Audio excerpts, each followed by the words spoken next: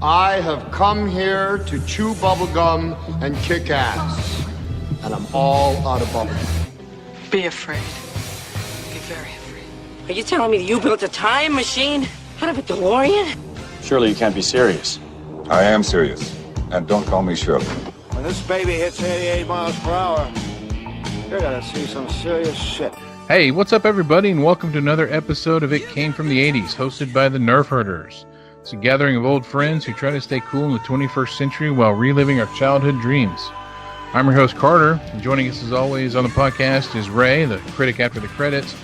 And rounding out our trio is Jason, the token millennial resident nerd and that jackass that won't shut up. So guys, what's on the agenda this week? This week was Jason's pick, and he picked Critters. Jason, go ahead and tell us a little bit about this movie. So, if you have a fear of porcupines or small furry animals that are alien and sentient alien beings that have the ability to communicate and do all these other crazy things and have a thirst for killing, this is a great movie to watch. By the time I got to watch this, it was way past the year it was released in 1986. It is a comedy, horror, sci-fi type movie. It definitely has some humor in it. It's got some jumper scenes in it. It definitely feels like a made-for-TV movie that did get released in the theaters. Surprisingly, domestically grossed $13 million total. And the weekend launch, it did. Let's see here. Total. In 1986, the weekend gross was $1.6 million. But total gross to date is $13 million. So, from your box office number standpoint, great movie though. I feel like it kind of falls into that B horror classic stuff, kind of like Army of Darkness. I feel like where you can't take it seriously, but you kind of respect it just because it's one of those. It's so bad, but it is funny movies. Actually had a pretty surprising cast as well, I'll have to say.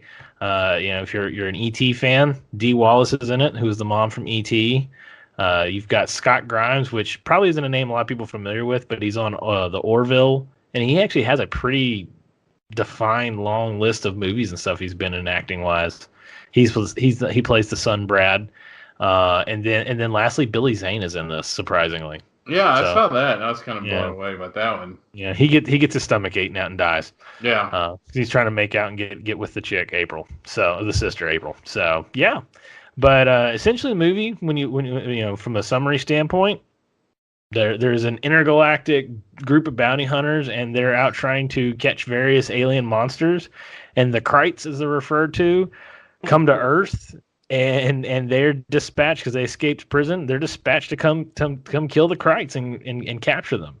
The aliens have what would you guys call it? Boogers for heads? Giant boogers. Yeah, it looks like lemon drops or something. Yeah, I mean it just looks like somebody just dug a bad sinus infection out of somebody's nose and stuck it on a head or the top of somebody's head, and they form their heads into the human skull and all this other stuff. And one of them forms their head into apparently a pop singer on the planet, Johnny Steele, and then the other one finally finds his match in the town crazy bumpkin guy. So they end up blowing up all the critters, or so you think. Spoiler alert. There are eggs left for the sequel. But yeah, I mean overall it's a pretty bad but entertaining movie. I shared with you guys my favorite scene in the movie. Is they're about to attack the family on the farm, and they're talking to each other, and they're like, they have weapons. They're like, so what? And then you see this double barrel shotgun stick through the doorway. One of them gets blown up, and he just goes F. And that's it. That's the only funny line in the movie to me. There's some other absurdness with the fact that these bounty hunters have a bazooka to kill what looks like a soccer ball. So I like the movie. What Carter? What do you think of the movie? I thought it was pretty funny. I remember seeing this when I was a kid and never took it too seriously, so I remember watching it. Back in the day, kind of got into a lot of these crappy sci-fi horror drama movies, and they were all kind of fun. It is what it is. It's a campy, cheesy movie. You can't take it too seriously. I just thought it was fun. I had it on today while I was doing some honeydews around the house, so I didn't watch it wholeheartedly, but I would probably saw a good 80-90% of it. The one I didn't quite figure out is there was the real big critter, Yes. What was his story? How was he different than the rest? So this is a great question because it differentiates from the rest of the movie. So the big critter is supposed to be what the critters evolve into as they continue to eat. Okay. And since they kept eating, they were getting bigger. Now, in the future movies, that never happens. In Critters 2, all the critters Captain Planet it and form into one giant monstrous critter ball that's all got teeth all around it, and it's just eating everything in its path. Okay. So, but yeah, that's what that is. And I just sent y'all a picture on Skype and Discord of one of the critters. Yeah. Yeah, No, next to Dolly Parton, basically. It looks Yeah, I like don't know who it is. I don't know. I pulled it from IMDb. Right.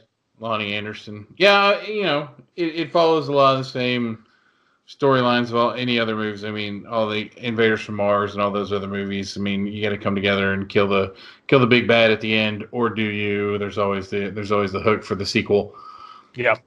Cast wise, yeah, I thought it was pretty. Not a horrible cast. I mean, we've watched some movies that had complete no names in it. This one wasn't that case. So, a young Billy Zane was in it.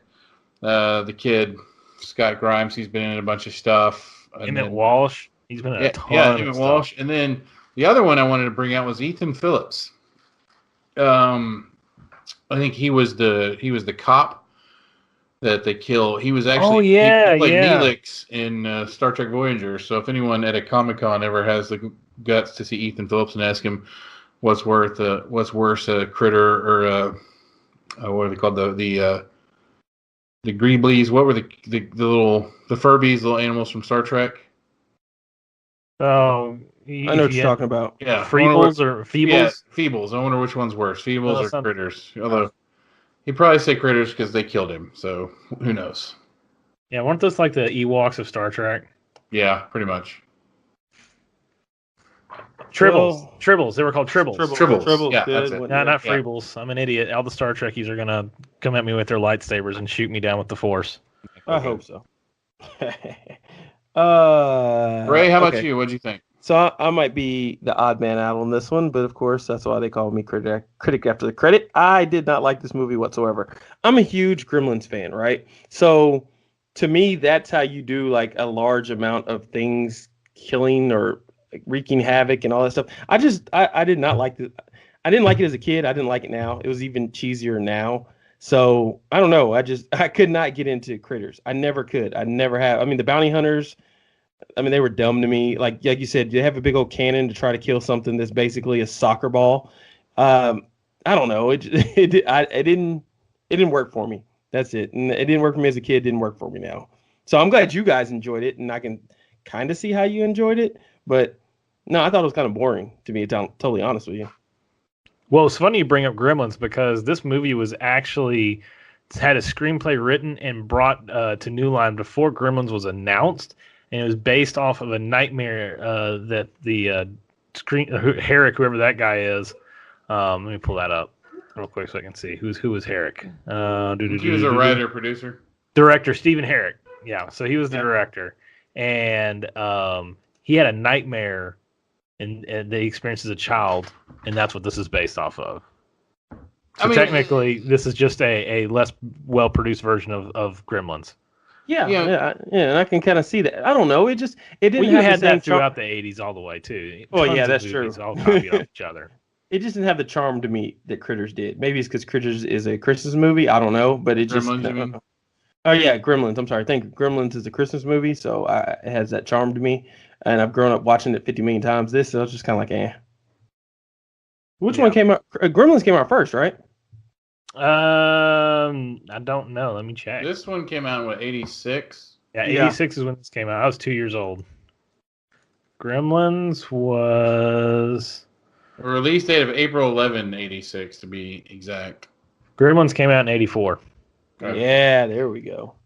So, but I agree with you. Like in the 80s, you got a bunch of movies that were copycats or similar to another movie. So Ghoulies was one of them. Yeah, Ghoulies was the one I was thinking of. Yeah, I thought it was funny. One of the critters catches fire and he immediately just dumps into the toilet for safety. And what I thought was funny to me is the gremlins. Look what you're doing to me, Rick. I'm Thanks doing the a same lot. thing. I'm saying critters whenever I mean I gremlins. know. See, it's interchangeable. That's what I'm saying. Yeah. It's like, yeah, go ahead. Yeah, so the critters had these spines on them that somehow they could just turn their back and aim and shoot you with without even looking at you, and it was like a tranq dart. It was the funniest thing to watch because they hit the mom at one point and she just goes to the ground. They hit the Right. dad, but the dad is able to quickly climb back up the stairs. Continuity issue, but it's just stuff like that. And then the sister gets one in the neck too, and I love how the kid has fireworks too. So how the movie ends is in the beginning of the movie he's playing with fireworks, which apparently is like dynamite. I mean, they're on a farm, but the dad goes, "I told you to put those fireworks away," but like. It's dynamite. It has to be because the explosion it makes, the big anger he makes, and then same said fireworks are used to blow up the critter spaceship. Yeah. Well, the one critter ate this firework he threw at him in the barn. Yeah. But it was just crazy to me that you think about it. And the other thing I thought was funny too is their spaceship is so big that a human being can get inside of it easily. Yet it's got a piloting station just for the critters too. That makes sense. You know. Yeah. That makes a lot of Makes sense. That's it. Well, they do get bigger, I guess, but it's just They don't get that much bigger. Yeah. Yeah. So Yeah. some of the spoilers from IDB: body count, a cow, 2 humans, and several chickens. Several chickens. Only 2 deaths on screen. All of the characters are simply harmed, and a total of 5 poison. Now, 2 deaths on screen. Which ones does it say? Well, there was the police officer, and then Billy Zane's character, I guess. Yeah, but when they crash the car into the church, and then they start blowing up they shoot the pew and they shoot the organ. Yeah, but everybody and all dies that. out of the way. They don't show anybody dying though. Okay, I got Right. you. Come on. So Oh, I love the bounty hunter cannons. To me are the funniest thing too. You know, they're trying to get into the house. You know, the cop shows up with a revolver, and it's like the front door gets blown open with a grenade. So, and then the whole barn blows up in the very end too, and the house blows up. So, and of course they have a button that hits rewind and retcons it all back to normal. So, I like the movie. I do. I actually just started watching the second one. Surprisingly, they didn't make 4 of these movies, so it had to be pretty good. It outbeat Gremlins, so suck it, Ray. It had to be better than the Gremlins to make 4 movies. Or it was just cheaper to make, so they were like, let's just keep churning these babies out. Yeah, Jason, you may not know this because you were born of the 80s, but there was plenty of bad movies made in the 80s that shouldn't have been made. Right. I know, and I love watching them sequels. all. And I make y'all watch them. you have picked 2 of them. I'm just going to say that. Between this and nothing. Mac and me. Wait. Mac and me. Were my 2 picks better than Masters of the Universe? No, they were not. I feel they were. Carter. That's debatable. You could, $20 in either hand. Were mine more entertaining to watch from the fact that you can make fun of them a lot better? Yes. Thank you. I win. Yeah.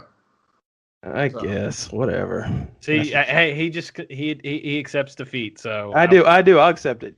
But like I said, listen, Mac and Me was unlike this movie. That was Stretch Armstrong with an anus face. Right. The Mac and Me was kind of funny. Like it was cool to make fun of like that. This was just to me I couldn't get into it at all. Well, I think overall, I mean, did I like it? Yeah, I'm not gonna say I loved it or it was great. I'm not. I don't hate it like Ray does, but that's Ray. He just hates everything. I do. So I mean, I would say if this was a thumbs up, thumbs down situation, I'd give it a thumbs up. Classic, trip down 80s lane. Crappy sci-fi movie. So. Last week I kind of threw out, let's name, something personal, memorable about this movie. I couldn't tell you. I never saw this thing in the theaters. If I rented it, I'd be surprised. I probably saw it on HBO as a kid, so I really don't have anything memorable about this movie other than I knew that there was a bunch of sequels to it. And I think they kind of get stupider as the sequels progress. Yes, so, they do. In Critters 2, when you have the giant critter ball coming at you, it's kind of hit a new low. It's almost like the Attack of the Rotten Tomatoes or New Tomatoes or whatever like that. So it kind of tomatoes. Yeah, it kind of got stupider and like campier the more sequels that came out. But I'm sure I saw them all, knowing me. Well, I'm excited. Sci-Fi is making like a 6-part TV series of it, and they're featuring the redhead kid from Scout's Guide from the Zombie Apocalypse in the movie. So I'm definitely gonna watch that. I'm pretty excited about that. I don't know. I just watched this as a kid, and I remember watching it, the first one, and I was kind of scared just because I was young still. But then when I saw the second one, and then the third one, and the fourth one, I was like, these are just stupidly, entertainingly bad. I gotta watch them. It's kind of like the obligatory, hey, it's Halloween week or it's Halloween night, and they had those really cheesy, it's like the old Creature from the Black Lagoon movies on and stuff. And so I always got excited because they don't do this anymore. But they had the Halloween movie specials and stuff, and they don't do that on TV anymore. It's all Jigsaw or Satan's spirit and a nun or something like that coming to kill you, and it's all pretty dark stuff. And like these are just kind of clean, harmless, fun, entertaining movies. Like I would literally make a playlist of these to play in the house on Halloween or something with the kids around and stuff, because I think they would enjoy them, because they're bad, but they're not going to traumatize them either, even younger kids. So Yeah. And that was kind of my fondness with this. I just enjoyed watching them.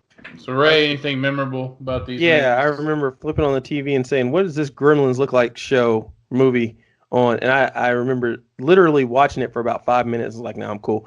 But Jason brought up an interesting point too with the whole turn their back in and like needles pop out. I was thinking to myself, couldn't you just like step 1 foot over, like as soon as they turn around and they wouldn't hit you, like because they can't see you. Well, Or can you just kick them? I mean, that's the other thing I was about to get to. I mean, these things are. I mean, Probably my no on the dog- kicking because that's a natural defense mechanism. We'll Well, go with that. I was gonna say they'll bite. Every now and then it goes to kick them, they'll probably get bitten. But it's like that's what steel-toe boots are for. That's what I'm saying. I'm really hoping that they do that in this new one. Like they try to bite the foot or something. And they're like, "What the heck? I can't bite through." And then it's like steel-toe boots, mother effer, and then he like kicks it into the ground or something. So anyway, I'm looking forward to it. I got excited about it. I like really bad, cheesy horror movies and sci-fi movies, as y'all know. Mm-hmm. Okay. I can agree with that. So I picked last week. Carter, it is your pick. What is your pick for us this week? My pick. I've enjoyed the cheesy sci-fi and kind of slapsticky humor. I want to get a little darker. Movie I'm picking is a movie I watched. I remember seeing as a kid, and I love this movie and the whole premise of it. I mean, I probably watched it 100 times as a kid, but it was a really good story that I just kind of dug. It's called Band of the Hand. And What? Band of the Hand, and it's not what you think, Ray. It's not a porn. I didn't think it was a porn until you said that. It was it was written and directed by Michael Mann, so Miami Vice, and kind of in the era of big cocaine in Miami. It's about a group of kids that are juveniles, and there's a program that this guy's trying to run to rehabilitate them to learn to work together and take kids from different walks of life and treat them. It's kind of like a modern day Survivor, or Naked and Afraid, if you will. Holy crap, the lineup in this movie is actually pretty exciting. Yeah. You got Stephen Lang, who's freaking awesome. You got James Remar. He plays, he's been in all sorts of stuff. Mm-hmm. Lawrence Fishburne. Is it Larry or Lawrence? Lawrence Fishburne. It's Lawrence now. When this movie came out, it was Lawrence. I think now he's Larry, right? No. Now he's Lawrence. It used to be Larry. That's what I was asking. Is it Larry? See, there is Lauren Larry. Holly's No, in I think it he's from, Larry. Dumb and Dumber. I think he's Larry Fishburne in the credits. It is. It's Larry Fishburne. Okay. I can't wait. I'm going to look at that. And then Lauren Holly, from Dumb and Dumber is in this. Yep. So, wow. Why have I never seen this? I don't know. Power of the internet, my friend. Band of the Hand. Okay. It definitely comes off with a very dirty connotation in the name. Because Okay. they all have really perverse minds. It's got Leon in it. Okay. Yep. Leon. Yeah, you wouldn't know who Leon was. From Cool Runnings and Feel Brother the from Another Rhythm. Planet. Feel the Rhythm. No, that's not. Come on, man. He was in Brother from Another Planet. He's Shep. Okay, that's how everybody knows Leon. Either that or he's one of the Temptations. He's in every singing movie. That's how black folks know him. This looks So- awesome just because Shot it said, brother. the synopsis of this movie is an Indian Vietnam veteran trains 5 street punks in the Everglades to fight Vice in Miami. This is dope. This is going to be great. I can't wait. Carter, But you might have a hit on your hands. hey, I deliver. So you watch it. I mean, I really want you guys to watch it and kind of not just put it on the background because Oh no, this is a definite watch. No. it's kind of a captivating movie. We don't get too serious here in the Midlife Crisis Matinee. We're not trying to break down the classics like Out of Africa or Gandhi or anything like that. We try to have a little fun, showcase movies that have some certain meaning to us or us as kids. So that's kind of the goal. I know Ray's still clinging to that Masters of the Universe thing, but It's amazing. And second of all, I was going to pick Lawrence of Arabia next week, but apparently I can't watch that since we won't break down serious movies. well, that wasn't shot in the 80s, so good luck. I watched it in the 80s. How about that? No, Oh, it has to okay. come from the 80s. Oh, well, good, because I've got the best movie in the world next week. Oh, boy. I'm already ready. I guarantee both of you will like this movie. Since Carter picked a movie that we both like, I guarantee both like this movie. Okay. Guarantee it. Guarantee it. Well, Ray guarantees it, so that's good. Means we'll hate it because it'll be like Masters of the Universe. Probably Universal Soldier or something stupid. That was in the 90s, jerk. Well, all right, guys, I think that kind of wraps up this episode of It Came From the 80s, hosted by the Nerf Herders. You can find us on Twitter at Nerf Herder Radio. We're going through a Facebook transformation of sorts. I tried to get our name changed from It Came From the 80s to Nerf Herder Radio and twice, and they don't like it. So now we are Nerf Herders. Stagingly. Nerf Herders from the 80s, and maybe next week will be Nerf Herders from the 80s radio, and then 3 weeks later we're just gonna be Nerf Herder Radio. trying to get all that changed. Facebook doesn't like me right now, apparently. But It's all the Russian trolls, man. They ruined everything. apparently. Yep. That and the anti-vaxxers are killing us. So, you reach out to us on social media. You can find me personally on Twitter at big_dues. Jason, where can I find you? You can always find me on Xbox PC as No Says I, SEZ, and your eyeball. I'm a West Virginia Ninja fan, so don't go Judy chopping in a kung fu kicking. There goes your leg. Ain't no Ninja star. for one-legged ninja. Watch your face here, baby. Remember what happened last time. Ray, where can I find you?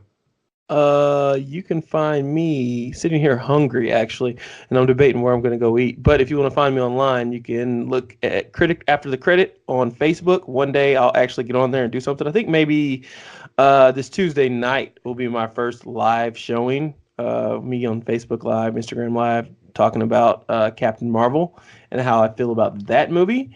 And like I said, you can find me on Instagram too at Critic After the Credit. That's me. That's the kid. You'll Is it see credit me. or credits? Credit. I don't know. Let's find out why you guys are saying the outros. Critic After the Credits. I don't even know what my own thing is. See, one day. Nobody's I'll going to find know. you.